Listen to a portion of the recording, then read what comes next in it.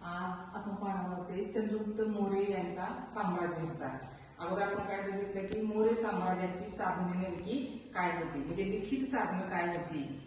आपण बघितलं अर्थशास्त्र आणि इंडिका ग्रंथ यांच्यामधून आपल्याला संपूर्ण मौर्य साम्राज्याची माहिती मिळते। म्हणजे चंद्रगुप्त मौर्य यांनी कसं काम केलं, काय केलं, त्यांचं राजकीय जीवन कसं होतं, सामाजिक जीवन कसं होतं, धार्मिक जीवन कसं होतं, राज्यविस्तार कसा केला, प्रशासकीय व्यवस्था कशी होती, सगळं काही आपल्याला काय होतं या दोन ग्रंथांमध्ये बऱ्यापैकी माहिती मिळते।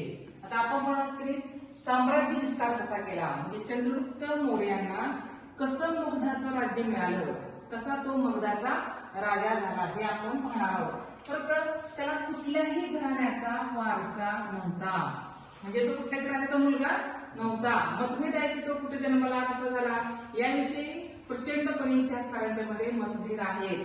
त्यामुळे तो एका गरीब घराण्यामध्ये जन्मला आहे असं काहींचं मत आहे। काही म्हणतात की नाही, ते एका गणराजाचे त्याचे वडील हे अधिकारी होते, त्यांचा तो मुलगा आहे। नेमका कुणाचा मुलगा आहे माहित नाही, पण त्याच्या आईचं नाव मुराद होतं एवढं मात्र इतिहासकारांना माहिती आहे। म्हणजे तो मुरादचा मुलगा होता, ठीक आहे, एवढं आपल्याला माहिती आहे। पण नेमके वडील कोण होते, ते काय करत होते यांच्याविषयी सर्व इतिहासकारांच्या मध्ये मतभेद आहेत। पण तो एवढा आहे की तो कुठल्याही राजाचा मुलगा नव्हता, कुठलाही तो राजकुमार नव्हता। त्याचं फक्त काय आहे, कर्तृत्व महत्वाचं आहे। त्याने काय काम केलं, काय कर्तृत्व त्याचं होतं ते महत्वाचं आहे। आपण बघितलं की बाबा त्याला कोण भेटलं, त्याला गुरु म्हणून आर्य चाणक्य भेटले, ठीक आहे नाही, आणि आर्य चाणक्याच्याच पूर्णपणे तो मार्गदर्शनाखाली मगधाचं राज्य त्याला जिंकून घेतलेलं आहे। म्हणजे त्याचं जे शिक्षण आहे, तर सर्व काही गोष्टी शिकवणं असेल, शास्त्र शिकवणं असेल किंवा कुठलेही युद्धशास्त्र शिकवणं असेल, तलवार चालवणं असेल, घोडा चालवणं असेल, सगळं काही त्याचे ज्ञान दिलेलं आहे ते आर्य चाणक्य आणि त्याच्या गुरूंनी ज्ञान दिलेलं आहे। आणि मगध राज्यावरती राज्य करण्यासाठी सुद्धा सर्व मार्गदर्शन आर्य चाणक्याने केलेलं आहे। ठीक आहे, तुम्हाला माहिती आहे ते आर्य चाणक्याने काय केलं, तसं काय केलं आपण ते सगळं अगोदर बघितलेलं आहे, परत तेच आपण बघणार नाही। तर तुम्हाला माहिती आहे की बाबा गायडन्स खूप केलं गेलं, त्याला ज्ञान खूप दिलं गेलं, त्याचं कर्तृत्व खूप मोठं होतं चंद्रगुप्त मौर्याचं। पण आता काय करायचं होतं, त्याचा धनानंद जो राजा होता, ठीक आहे, धनानंदचा राजा होता, त्या धनानंदचा पराभव करणं एवढं सोपं नव्हतं, कारण तो सामर्थ्यशाली होता धनानंद पूर्णपणे। पण त्याला हरवणं म्हणजे डायरेक्ट हरवणं एवढं सोपं नव्हतं, कारण त्याकडे सैन्य खूप होतं आणि इकडं चंद्रगुप्त मौर्याकडे काहीच नव्हतं, काय करावं हे समजत नव्हतं। त्यामुळे काय केलं त्यानं पहिल्यांदा की बाबा आपल्याला ह्या मगधाला जिंकून घ्यायचंय, म्हणून अगोदर सैन्य गोळा करायला पाहिजे, संघटित सैन्य करायला पाहिजे, त्यांना एकत्र आणलं पाहिजे, त्यांना शिक्षण दिलं पाहिजे, प्रशिक्षण दिलं पाहिजे आणि मग मगधावरती हल्ला केला पाहिजे। ठीक आहे, तर कमीत कमी वेळामध्ये 20 ते 25 वर्षाच्या काळामध्येच मोठं साम्राज्य निर्माण केलेलं आहे। खूप मोठं साम्राज्य चंद्रगुप्तानं निर्माण केलेलं आहे। अगदी उत्तर भारत, बिहार, सौराष्ट्र म्हणजे काय सागर, गुजरात, सौराष्ट्र म्हणजे गुजरात, गुजरात, बंगाल, दक्षिण कृष्णा नदीपासून ते हिंदुकुश पर्वतापर्यंत म्हणजे बलुचिस्तान, अफगाणिस्तान इथपर्यंत त्याने साम्राज्य विस्तार केलेला आहे। म्हणजे बघा, दक्षिण, उत्तर, पूर्व, पश्चिम सगळं काही साम्राज्य चंद्रगुप्त मौर्यानं निर्माण केलेलं आहे। पण कसं केलं, त्याला मगधावर ताब्यात कसा घेतलेला होता, तर खरं तर धनानंद हा जरी सामर्थ्यशाली राजा असला तरी तो कसा होता, सैन्य होता, विलासी होता आणि जुलमी होता। तो खूप आळशी होता, खूप चैनामध्ये जगायचा, भोग विलासामध्ये जगायचा, संगीत, नृत्य, स्त्रिया यांच्यामध्ये रममाण होणारा होता। म्हणजे जनतेकडे लक्ष देत नव्हता, जनतेचं कल्याण करत नव्हता, त्यापेक्षा त्यांच्यावरती जुलूम करायचा, त्यांना त्रास द्यायचा, त्यांच्याकडून मोठ्या प्रमाणात कर वसूल करायचा। म्हणजे त्यांना जे पाहिजे होतं ते त्या जनतेला मिळत नव्हतं, म्हणजे जनतेच्या कल्याणाची किंवा त्यांच्या उन्नतीची तो काळजी करत नव्हता। त्यापेक्षा तो चैन विलासीमध्ये, भोग विलासामध्ये रममाण होणारा असा एकदम घमंडी असा धनानंद राजा होता। त्यामुळे फायदा काय झाला चंद्रगुप्ताला, तर त्याच्या विरोधामध्ये संपूर्ण जनतेमध्ये असंतोष पसरलेला होता की आम्हाला हा जो राजा नको आहे, आम्हाला काढून टाकायचंय, त्यापेक्षा आम्हाला कोण पाहिजे, आम्हाला एक चांगला राजा जो न्यायी असेल, जो कर्तव्यदक्ष असेल, जो प्रामाणिक असेल आणि जनतेचं कल्याण करणारा असेल, असाच राजा त्यांना पाहिजे होता. म्हणून जनता सुद्धा वैतागलेली होती. म्हणून फक्त धनानंदचा पराभव करणं सोपं गेलं. प्रथम चंद्रगुप्ताने काय केलं होतं? पाटलीपुत्रावरती हल्ला केला होता. पाटलीपुत्र ही मगध राज्याची राजधानी होती. मगध राज्य खूप मोठं होतं, त्याची राजधानी पाटलीपुत्र होती. त्या पाटलीपुत्रावरती हल्ला केला, पण त्यात तो हरला. का हरला असेल पण चंद्रगुप्त मौर्य? कारण सैन्य कमी होतं त्याच्याकडे. धनानंदकडे सैन्य जास्त होतं, त्यामुळे पटकन त्या सैन्याने हरवून टाकलं. कमी सैन्य आणि तुम्ही जर एकदम समोरासमोर गेलात तर तुम्ही हरणारच आहे. तुमच्याकडे काहीतरी राजनीती लागते, कूटनीती लागते, काहीतरी तुमच्याकडे शिस्त लागते, काहीतरी तुमच्याकडे वेगळं असावं लागतं, ठीक आहे. त्याशिवाय तुम्ही जिंकू शकत नाही. मग असा कंटाळून थकलेला ज्या टायमाला चंद्रगुप्त फिरत होता, त्या टायमाला त्याला एक माता आपल्या मुलाला सांगताना ऐकलं.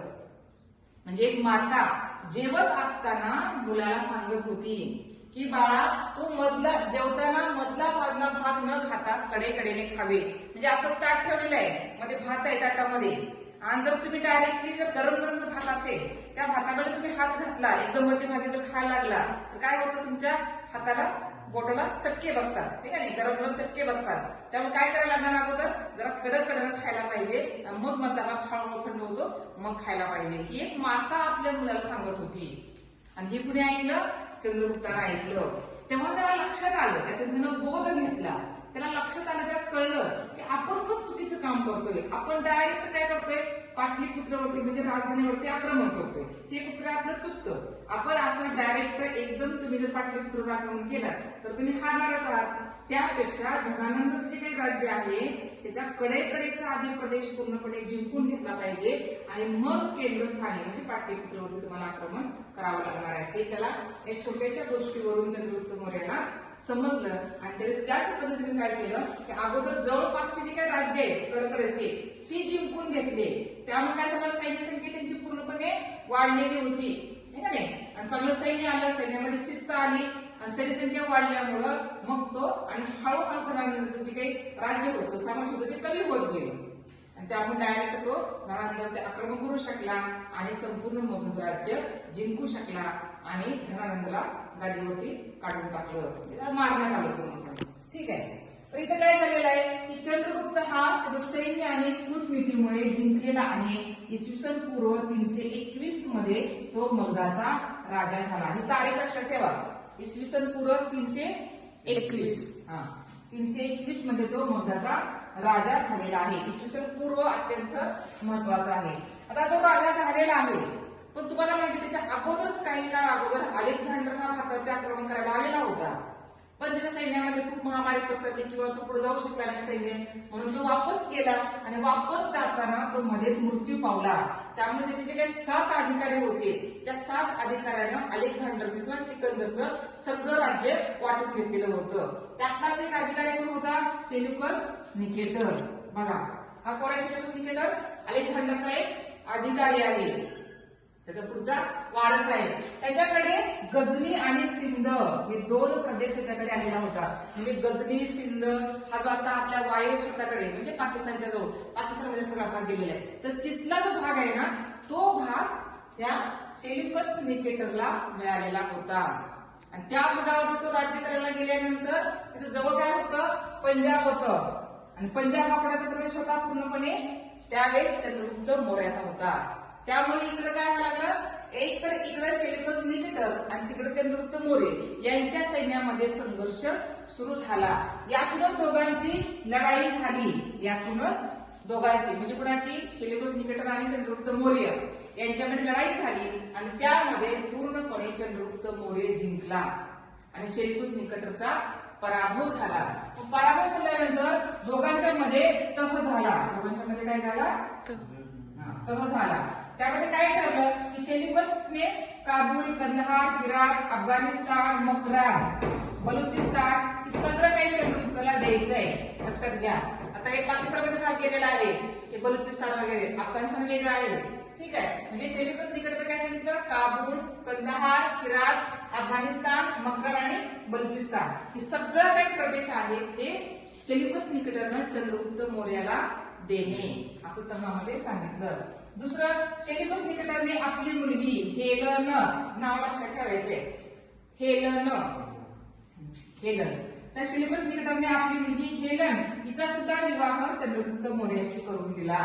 लक्षात घ्या, एक ग्रीकची मुलगी आहे ती, ग्रीकची राजकन्या आहे का नाही, ग्रीकची राजकन्या आहे, तिचा विवाह चंद्रगुप्त मौर्याशी करून दिलेला आहे. बघा, नुसती काय राजकन्या एकटी आली का, येताना तिनं अनेक सोबत दास दासी गुलाम किंवा तिथले काही लोक ती सोबत घेऊन आली.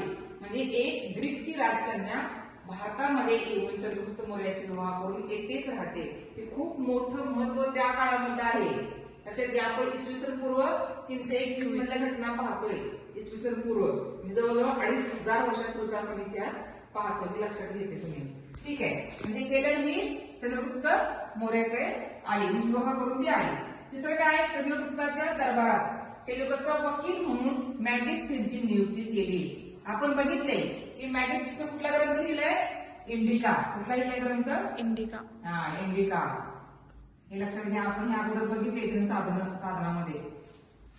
हा जो मॅगिस्थेनिस आहे याने इंडिका ग्रंथ लिहिला, कारण तो सेल्युकस निकेटरचा वकील म्हणून चंद्रगुप्त मौर्याच्या दरबारामध्ये राहत होता. त्यामध्ये सगळी माहिती झालेली होती. प्रशासन व्यवस्था कशी आहे, राजकीय व्यवस्था कशी आहे, सामाजिक जीवन कसं आहे, दरबारामध्ये काय आहे, आसपास काय आहे, तिथे शहर कसे आहेत, रस्ते कसे आहेत, खानपान कसं आहे, दैनंदिन जीवन कसं आहे, सगळं तो पाहत होता. वकील म्हणून दरबारामध्ये राहिल्यामुळे त्यानं बारकाईने सगळं निरीक्षण केलेलं आहे, त्याच्या नोंदी केलेल्या आहेत. असा हा मॅगिस्थेनची एक वकील म्हणून चंद्रगुप्त मौर्य दरबारामध्ये नियुक्ती करण्यात आलेली होती. आता पुढे काय, त्यांचा मृत्यू कसा झाला, चंद्रगुप्त मौर्याचे शेवट कसा झाला, त्यांचा मृत्यू कसा झाला. जैन ग्रंथानुसार आयुष्याच्या शेवटी तो जैन साधू भद्रबाहू याच्या सोबत तो श्रवणबेळगोळ येथे राहत होता. म्हणजे शेवटी त्याला काय व्हायला लागलं की आपण जे सगळे एवढं राज्य उभा केलेलं आहे त्यामध्ये कितीतरी लाखो लोकांचा मृत्यू झालेला आहे, कितीतरी लोक याच्यामध्ये गेलेले आहेत. म्हणजे जीवन काय आहे, कशासाठी आपण जगतोय, उद्देश काय आहे. आता आपलं समाज उभा केलेला आहे ते आपल्या मुलाकडे त्याने सोपवलेला आहे आणि त्यानंतर तो सर्व सोडून जैन धर्म स्वीकारून तो श्रवणबेळगोळ येथे भद्रभाऊ बरोबर राहण्यासाठी गेलेला आहे. असं म्हणतात की शेवटी त्यानं सल्लेखना म्हणजे उपवास करून, पूर्णपणे उपवास करून म्हैसूर जवळ चंद्रगिरी टेकडीवर शेवटचे आपले प्राण सोडलेले आहे. चंद्रगिरी टेकडीवर शेवटी त्यांचा मृत्यू झालेला आहे, असं जैन ग्रंथामध्ये नोंद आहे. लक्षात घ्या, चंद्रगुप्त मौर्य यानं खूप मोठा साम्राज्य विस्तार केलेला आहे. अगदी उत्तरेपासून ते दक्षिणच्या कृष्णा नदीपर्यंत, इकडे पश्चिमेला सौराष्ट्र आणि पूर्वेला पूर्णपणे असं भारतामध्ये सगळ्यात मोठं मौर्य साम्राज्य चंद्रगुप्त मौर्य याने निर्माण केलेलं आहे.